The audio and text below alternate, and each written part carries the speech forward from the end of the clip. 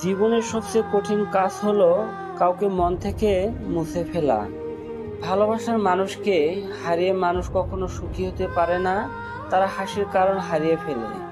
এটা বুঝতে কষ্ট হয় যে আপনি যার সাথে থাকতে চান তিনি আপনাকে ছাড়া সবচেয়ে সুখী।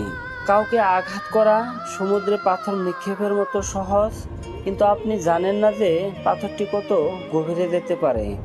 যদি আমি জানতাম যে ভালোবাসার জন্য কতটা মূল্য দিতে হবে, আমি কখনোই কাউকে ভালোবাসতাম না।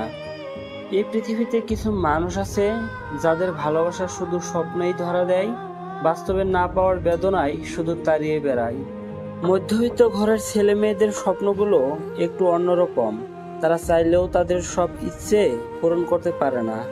ভাগ্য হচ্ছে এমন একটা চিরন্তর সত্য যা ব্যক্তিগতভাবে ভিন্ন হয়। যেটা যার কপালে লেখা নাই সেটার জন্য হাজার চেষ্টা করলেও কোনো লাভ নেই।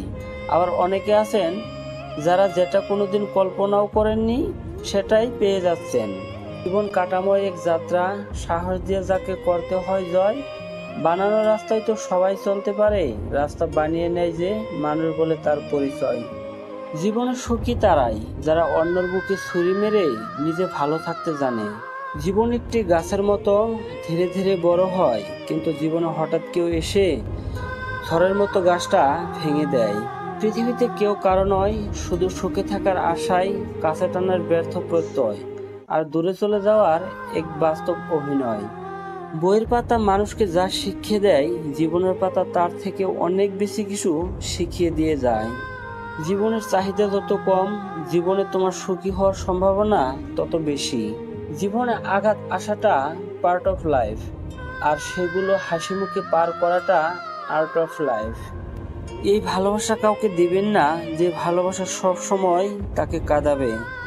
মানুষের জীবনে 20 বছর পর্যন্ত ইচ্ছার রাজত্ব চলে, 30 বছর পর্যন্ত চলে বুদ্ধির রাজত্ব, এবং 40 বছর বয়স পর্যন্ত চলে বিচার বিবেচনার রাজত্ব। জীবন একটি সাইকেল চালানোর মতো, যেতে না চাইলেও অবশ্যই আপনাকে চলতে হবে।